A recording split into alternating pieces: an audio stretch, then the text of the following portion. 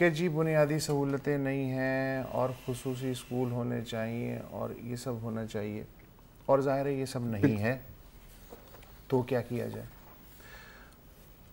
تو یہ کیا جائے، یعنی خاندان اگر ایسے بچے کی حمایت میں کھڑا ہو جائے کہ یہ ہماری بہن ہے، یہ ہمارا بھائی ہے، یہ ہمارا بیٹا ہے، یہ ہماری بیٹی ہے، ہمارا خون ہے، ہم اس کو ایسے ہی پالیں گے جیسے اس کے باقی بہن بھائی یا ورثہ ہیں، تو جب یہ کلیئرٹی آف مائنڈ آ جائے گی بلڈ ریلیشن میں، تو اس کے بعد اسکول ہو نہ ہو ظاہر ہے کمی تو محسوس ہوگی، لیکن گھر میں جو اسے ماحول آپ دے سکیں گے، ہوتا کیا ہے کہ سب سے زیادہ جو ظلم ہے ایسے بچوں کے ساتھ وہ گھر میں ہوتا ہے، اسے چھپایا جاتا ہے جب مہمان آ جاتے ہیں، شرمندگی کے باعث اس کو کونے میں رکھ دو، اس کو لوگوں کے سامنے نہ لاؤ۔ اچھا، اس کے ساتھ انکانشیسلی امتیازی اور بعض اوقات ظالمانہ حد تک امتیازی سلوک کیا جاتا ہے، اس کے لیے انتہائی خراب دعائیں تک مانگی جاتی ہیں، میں نے بعض گھروں میں دیکھا ہے۔ تو یہ جو ایٹیچیوڈ ہے اس کا مطلب یہ ہے کہ اس کی اسپیشل نیڈ سے زیادہ آپ کو سب سے پہلے اسپیشل ٹریٹمنٹ کی ضرورت ہے۔ تو اگر آپ یہ تہیہ کر لیں کہ یہ جو ہے، یہ بچی رابعہ تھی نا؟ بالکل، یہی رابعہ والدہ ہیں، عالیہ اتنی ہی پیاری ہے جتنی شازیہ ہے یا جتنا ارسلان ہے، کوئی بھی فار ایگزامپل۔ تو جب آپ کلیئر ہو جائیں گے نا تو پھر یہ بچہ جیسے تارے زمین پہ ہوا تھا، یہ بھی اب گروئنگ ہونی شروع ہو جائے گا اور یہ بھی نارمل ہونا شروع ہو جائے گا۔ یہاں ختم نہیں ہوتی، میں آپ کو یہاں سے جو ہے نا، اب ان کی والدہ لکھتی ہیں، خوش قسمتی سے امریکہ میں آپریشنز کے بعد عالیہ کو انگلیاں مل گئی ہیں اور وہ چیزیں پکڑنے کے قابل بھی ہو گئی ہے، وہ خود اپنا دودھ پی لیتی ہے، وہ کانٹے سے کھانے بھی لگی ہے، اب وہ وائٹ بورڈ پر لائنیں بھی گھسیٹ لیتی ہے۔ 1.5 برس کے مزید علاج کے بعد وہ ایک دن چلنا بھی شروع کر دے گی۔ وہ اپنی بیٹی کے لیے حیران کن حد تک سخت محنت کرتی ہیں، وہ ایک مثالی ماں بیٹی کے تعلق کی بہت بڑی مثال۔ اچھا، اب ایک اور بات بھی ہے، اس میں صبر جو والدہ اور چٹان ہونا۔ جی، اب اس میں نا آپ نے بات کی کہ فیملی میں سپورٹ ہونی چاہیے، بالکل ہونی چاہیے، لیکن اگر ہو یا نہ ہو نا، آپ کو اپنی سرکل کے باہر بھی بہت سپورٹ مل سکتی ہے۔ اور میں ایک مثال دیتا ہوں، جیسے انہوں نے بات کی کہ یہ بلاگنگ شروع کی، اب سوشل میڈیا کا زمانہ ہے، اور مجھے یاد ہے کہ ہم ڈان میں ایک سٹوری ریسرچ کر رہے تھے، اگین وہ بھی آٹسٹک بچوں پہ تھی، تو ایک پوری سپورٹ نیٹ ورک ہے پاکستان میں جو قائم ہوئی ہے، وہ صرف ایسے کس طرح قائم ہوئی ہے کہ ایک والدہ نے اپنی سٹوری بیان کی فیس بک پہ، تو پھر اور لوگ آگے کہ جی میرے بچوں کو بھی ایسا ہے، تو وہاں سے ایک پوری online support network مل گئی، اور پھر وہ ملتے بھی ہیں، وہ نوٹس بھی ایکسچینج کرتے ہیں کہ اچھا جی اس ڈاکٹر نے مجھے یہ بتایا، آپ کے ڈاکٹر نے آپ کو کیا بتایا، اور پھر وہ ریسرچ اپلوڈ کر رہے ہوتے ہیں، تو اسی طرح قدم قدم بڑھا کے اچھا، معاملہ آگے بڑھتا ہے۔ ایک فیکٹر اور بھی ہے جو ہمیں اگنور نہیں کرنا چاہیے، کہ جن لوگوں کو اللہ تعالیٰ نے وسائل دیے ہیں، ان کے بچے اگر اسپیشل چلڈرن ہیں تو وہ کسی نہ کسی حد تک کوپ اپ کرنے کی کوشش کی جاتی ہے اگین، لیکن اس میں بھی ایٹیچیوڈ کا مسئلہ ہے، ایٹیچیوڈ کیسا ہے خاندان والوں کا۔ مسئلہ یہ ہے کہ میجورٹی غریب لوگوں کی ہے، دیہاتوں میں رہنے والوں کی ہے، وہاں سب سے زیادہ تعداد آبویسلی ہوگی، کوئی سینسس تو نہیں ہے، لیکن اندازہ یہی ہے کہ جہاں باقی انسان زیادہ ہوں گے تو اس طرح کے بچے بھی زیادہ ہوں گے۔ اصل مسئلہ یہ ہے کہ ان تک رسائی کیسے ہو۔ مثلا شہروں کی حد تک تو ہمیں اس طرح کی چھوٹی موٹی چیزیں مل جاتے ہیں، تو یہ جو این جی اوز وغیرہ ہیں، میری ان سے ریکویسٹ ہے تو کام بہت مشکل، کہ لاہور، اسلام آباد، حیدرآباد، کراچی کا حق ہے، یہاں کے بچوں کا حق ہے، لیکن ایک پوری دنیا ان ایکسپلورڈ اسپیشل بچوں کی وہ پورے پاکستان میں پھیلی ہوئی ہے۔ حکومت سے توقع نہ رکھے، اور اس لیے کہ حکومت کر بھی رہی ہے یا نہیں بھی کر رہی ہے وہ فرض ہے، اور جو بھی وہ ایک الگ ڈیبیٹ ہے، لیکن جو آپ کر رہے ہیں خدا کے واسطے ان 4-5 شہروں کے علاوہ بھی آگے دیکھنے کی کوشش کریں، تو آپ کو ایک بہت ہی عجیب دنیا نظر آئے گی۔ تو ہو سکتا ہے کہ آپ کو پھر اللہ تعالیٰ وسائل بھی دے دے۔ آپ نے کتنے مزاروں پہ دیکھے ہیں شاد والے کے چوہے؟ جی بالکل۔ کیا ہے آخر کار؟ یہ کوئی بد دعا تو نہیں ہے، یہ ایک بیماری ہے، مائکرو انسیفلس، لیکن اس چیز کے آپ لوگوں سے یہ بات کریں وہ کہیں گے کہ اچھا یہ ایک بیماری ہے, ہمیں تو پتہ ہی نہیں تھا, ہمارا تو خیال تھا کہ اس کو ایک مس بنا دیا. اچھا ایک اور ان کی والدہ کی زبانی کہ اگرچہ عالیہ ایک چیلنج بھری زندگی گزار رہی ہے مگر اس عمر نے اسے پیدائش کے دن سے ہی ایک فائٹر بنا دیا ہے, اور میری مضبوط سپورٹ کے ساتھ وہ پورے حوصلے کے ساتھ ڈٹی ہوئی. تو عالیہ اور ان کی والدہ رابعہ ہم سلام کرتے ہیں, اور ایسے تمام والدین ڈٹے رہو. اور فی الحال لیتے ہیں ایک بریک, اور بریک کے بعد ایک اور انسپائرنگ سٹوری لے کر آپ کی خدمت میں حاضر ہوتے ہیں. ہمارے ساتھ رہیے گا.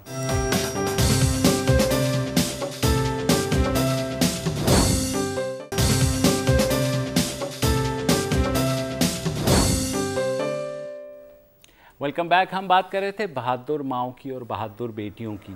ایک ایسی ہی بیٹی ہے پاکستان کی جو وزیرستان میں پیدا ہوئی, اور وہاں کا کلچر ہم سب کو پتہ ہے.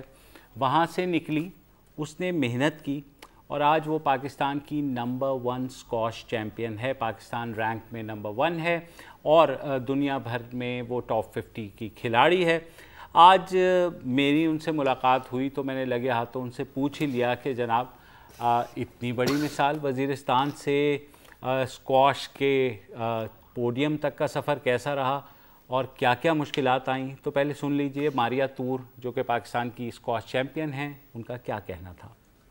گھر کی انکریجمنٹ میرے ساتھ تھی ہمیشہ, لیکن معاشرے میں جتنی مشکلات مجھے کا سامنا کرنا پڑا I can't even count. یہاں پہ ایک تو بہت مشکل ہوتا ہے خواتین کے لیے باہر جانا, ٹھیک ہے. ہم لوگوں نے بظاہر اس کو نام دے دیا کہ یہ کلچر ہے کہ ہم لڑکیوں کو باہر نہیں جانا دیتے, حالانکہ آئی فیل کہ انسیکیورٹی کی وجہ سے کہ بچی کو کچھ ہو نہ جائے باہر, تو ہم لوگوں نے اس کو گھر میں رکھا ہوا ہے تاکہ اس کو سیف رکھیں, اس کو یہ ایک ہمارا آنر ہے. لیکن ایک تو تربیت کی بات ہوتی ہے کہ بچیوں کی تربیت کس طرح ہوتی ہے پیرنٹس. دوسرا یہ کہ ہار نہیں ماننا چاہیے. اگر آپ اچھے ہو تو کوئی کچھ نہیں کہہ سکتا آپ کو, ٹھیک ہے. آپ کو عزت چھیننی پڑتی ہے اس معاشرے میں, کوئی دیتا نہیں ہے آپ کو عزت. تو خواتین کو اپنی عزت چھیننی پڑے گی, اپنا حق چھیننا پڑے گا, اور تب جا کے اور ایک جو اچھا کیریکٹر ہوتا ہے نا, وہی سب سے بڑا ایک زیور ہے خاتون کا. اگر آپ کو پورے شو میں کوئی بات نہیں سمجھ آئی تھی تو ماریہ تور نے آپ کو سمجھا دی کہ آپ کو اس معاشرے میں اپنا جو حق ہے وہ چھیننا پڑے گا. مولانا محمد شیرانی بھی دیکھ رہے ہوں گے نا یہ پروگرام. آئی تھنک وہ تھوڑا ان کے بیڈ ٹائم سے آگے نکل گیا. ہاں, وہ میرے خیال میں جو ہے وہ یہ ایسی چیزیں تھوڑی دیکھتے ہیں, وہ جو دیکھتے ہیں اس کے بعد وہ سب توبہ مگر یہ خبر پہنچ جائے گی ان تک, لیکن خبر پہنچ جائے گی ظاہر ہے. لیکن ماریہ تور چیمپئن ہیں, اور جو انہوں نے جس طرح بات کی, ظاہر ہے میری کافی لمبی بات ہوئی تھی, ہمارے پاس ٹائم شارٹ تھا, لیکن انہوں نے کہا کہ میرے پیرنٹس نے بہت مجھے سپورٹ کیا. یہ کامن تھریڈ ہے, یہ کامن تھریڈ ہے. اور انہوں نے کہا وزیرستان میں, پھر انہوں نے آنر کلنگ کی بات کی کہ وہاں ایسا ہوتا ہے سارا کچھ, لیکن اس کے باوجود وہ وہاں سے اٹھیں. تو میرے خیال میں ہم سب کو انڈیویجول لیول پہ یہ چیز سوچنے کی ہے کہ ہم نے اگر کوئی چیز طے کر لیے تو وہ ہم کر سکتے ہیں. اچھا, ماریہ کو یہ بھی ایڈوانٹیج ہے کہ چونکہ ان کا خاندان ایک عرصے سے پشاور میں سیٹل ہے, ان لوگوں کے لیے زیادہ سٹرگلنگ بات ہو جاتی ہے جو واقعی چھوٹے شہروں سے ہیں. مثلا جو پاکستان ویمن کرکٹ ٹیم کی موجودہ کپتان ہیں, کیا نام ہے ان کا, جو ثنا میر, ٹیکسلا سے, ٹیکسلا کی گلیوں میں وہ لڑکوں کے ساتھ جو ہے کھیلتی تھیں, اور باپ اور بھائی وہی کہانی کہ پیچھے کھڑے ہو گئے. آپ کو یہ بھی بہت کامن ہے. میں نے جب ماریہ تور سے بات کی نا, انہوں نے مجھے بتایا کہ میں نے بچپن میں تمام اپنے جو بچیوں والے کپڑے تھے نا, میں نے جلا کر کے پھینک دیے تاکہ معاشرہ مجھے لڑکا سمجھے, معاشرہ مجھے سٹرونگ سمجھے. انہوں نے کہا میں نے بالکل لڑکوں کی طرح اپنے آپ کو رکھنا شروع کر دیا. ابھی بھی آپ نے ان کے بال دیکھے ہیں جس طرح. اچھا, اور یہ جو کلیشے ہیں نا جی, بعض معاشرے سوسائٹیاں کنزرویٹو ہوتی ہیں تو بعض تھوڑا لیوے دیتی ہیں, یہ بھی میرا خیال ہے کلیشیڈ ہے, یہ بہانہ ہے. اب جیسے پختون معاشرے کے بارے میں کہ صاحب اوور آل جو ہے کنزرویٹو, اور ٹھیک ہے یار ہوگا, لیکن ایسا نہیں ہے کہ مثلا ماریہ ہے نا, اور بہت ساری مثالیں ہیں نا وہاں. تو مسئلہ ہے کہ اگر فیملی آپ کے ساتھ ہے تو پھر اسی کا نیم چلے گا نا, اسی کا جو رواج چلے گا. اور مطلب کلچر یہی کلچر ہوتا ہے نا یار, کلچر تبدیل بھی تو اسی طرح ہوتا ہے. اسی طرح ہوتا ہے, اسی طرح ہوتا ہے. اب مسئلہ ہے کہ یہ اپنی فیملی میں کتنی لڑکیوں کے لیے ماڈل رول ماڈل بنی. اچھا انہوں نے بڑی مزے ملالا کی کا بات نام کی آپ نے جس کے پیچھے لکھا گیا تھا پرانی جو ملالائیں ہیں پختون تاریخ میں, ان کی آپ مثال نکال کے دیکھ لیں تو وہ کیا تھا, وہ بھی تو ایک بہادری کی مثال ہے. بالکل. اور دوسرا آپ نے جیسے کلچر کی بات کی, میرے خیال میں ماریہ تور نے بھی بات کی کہ ہم کلچر کا نام دے کر کے نا اس کو ساری چیز کو گھمانے کی کوشش کرتے ہیں کہ ہم قتل کو غیرت کا نام دے دیتے ہیں تو باقی ساری باتوں ہی چھوڑ دو. وہاں پہ رواج ہے, ہاں رواج ہے جی, ہماری ٹریڈیشن ہے ہماری, یہ کچھ نہیں ہوتا. یہ ٹھیک ہے کہ عورت کو مارنا جو ہے اچھی بات نہیں ہے, لیکن یہ کہ اگر آپ مرد کو باہر نکال لیں گے تو اس سے فیملی کا جو ہے تعلق ہو کر جائے گا. وہ والی بات نہیں کریں. ان کو کوئی دیدے کا کھوچا دے دو. ارے بات سنو, وہ مشترکہ کمیٹی بن گئی ہے اور وہ پنجاب اسمبلی کے بل کا جائزہ لے. یار کہاں سے کہاں. اچھا ویسے بل کی آپ نے بات کی اور آپ نے مولانا شہرانی کی بات کی, تو ایک چیز آپ کو بتاتا چلوں کہ آپ کو یاد ہوگا کہ میرے خیال کہ 1 ماہ پہلے عمران خان صاحب نے بھی بڑے جوش و خروش سے کہا تھا کہ جی ہم نے بھی اپنا ایک ویمن پروٹیکشن بل کیا, کیونکہ ہم کنٹروورسی نہیں چاہتے تو ہم پہلے ہی وہ اسلامی نظریاتی کاؤنسل کو پیش کر دیں گے. اچھا وہ مسترد کر دیا اسلامی نظریاتی کاؤنسل, تو انہوں نے کہا ہے کہ جی ہم آپ کو بل دیں گے, آپ کون ہوتے ہیں بل بنانے والے, تو جب وہ بل دیں گے تو اس کا بھی میرے خیال ایک معائنہ تو بنتا ہے. نہ تو آئے گی نہ ہی چین آئے گا. تو وہ جو ہے نا یہ بل ایسا ہی بل تیار کر رہے ہیں, نہیں ایسے ہی ایک بل کا وعدہ گزشتہ ہفتے تمام مذہبی جماعتیں منصورہ میں بیٹھی تھی اور انہوں نے کہا تھا کہ جناب ہم بل مانگے مور. تو وہ اینڈ میں وہ ان سے پوچھا کہ بل کہاں ہے, انہوں نے کہا وہ ابھی ہم ذرا دیکھ رہے ہیں. یار میری اطلاع یہ کہ اس کا مسودہ تیار ہو گیا ہے. سر آپ کی اطلاعات بالکل پھر ایسی باتیں کرتے ہو, لیکن عوام کے سامنے گورنمنٹ آف پنجاب بھی جھک گئی ہے. اس نے مشترکہ کمیٹی بنا دی ہے علماء کی بنیاد پہ اور ان کی سفارشات پہ سنجیدگی سے غور کیا. سر سفارشات پہ غور ہو نہ ہو, کل کی ایک خبر ہے, میں اگر آپ کو تھوڑا سا اس میں مولانا فضل الرحمان صاحب اور جو وزیر اعلیٰ پنجاب ہیں وہ اسپیشل طیارے میں دونوں ساتھ بیٹھ کر کے لاہور سے جو ہے وہ خیالات کرتے ہوئے تبادلہ خیال کرتے ہوئے راولپنڈی پہنچے. خیال یہی کیا جا رہا ہے کہ اب جو فیوچر آف پنجاب کا جو یہ پروٹیکشن آف ویمن بل ہے, حالانکہ جو اسپیشل یونٹ وزیر اعلیٰ کا اس کو دیکھ رہا ہے ان سے میری روز بات ہوتی ہے اور ان کا یہ کہنا ہے کہ نہیں جناب ہم ڈٹے ہوئے ہیں, لیکن اگر وزیر اعلیٰ ہی ہٹ گئے تو میرا خیال میں ہاں نہیں, لیکن اب کچھ دینا پڑے گا مجھے لگ رہا ہے, کیونکہ اب وہ تھوڑی سی پریشر اب وہ نہیں چاہتے. اس کا تعلق کیا پاناما رپورٹ سے ہے, اس سے کیا سیاسی کمزوری محسوس کر رہے ہیں؟ I think so. اچھا ٹھیک ہے یار, پوچھ لینا اچھا ہوتا ہے. نہیں میں یہ کہہ رہا ہوں, خواہ میں کوئی مفروضہ غلط فہمی تو یہ اس طرح کی گفتگو ہوئی ہے جناب آج, اور کل بھی اس سے زیادہ مختلف شاید آپ نہ سن سکیں, لیکن کل تک اجازت دے دیجئے. خدا حافظ.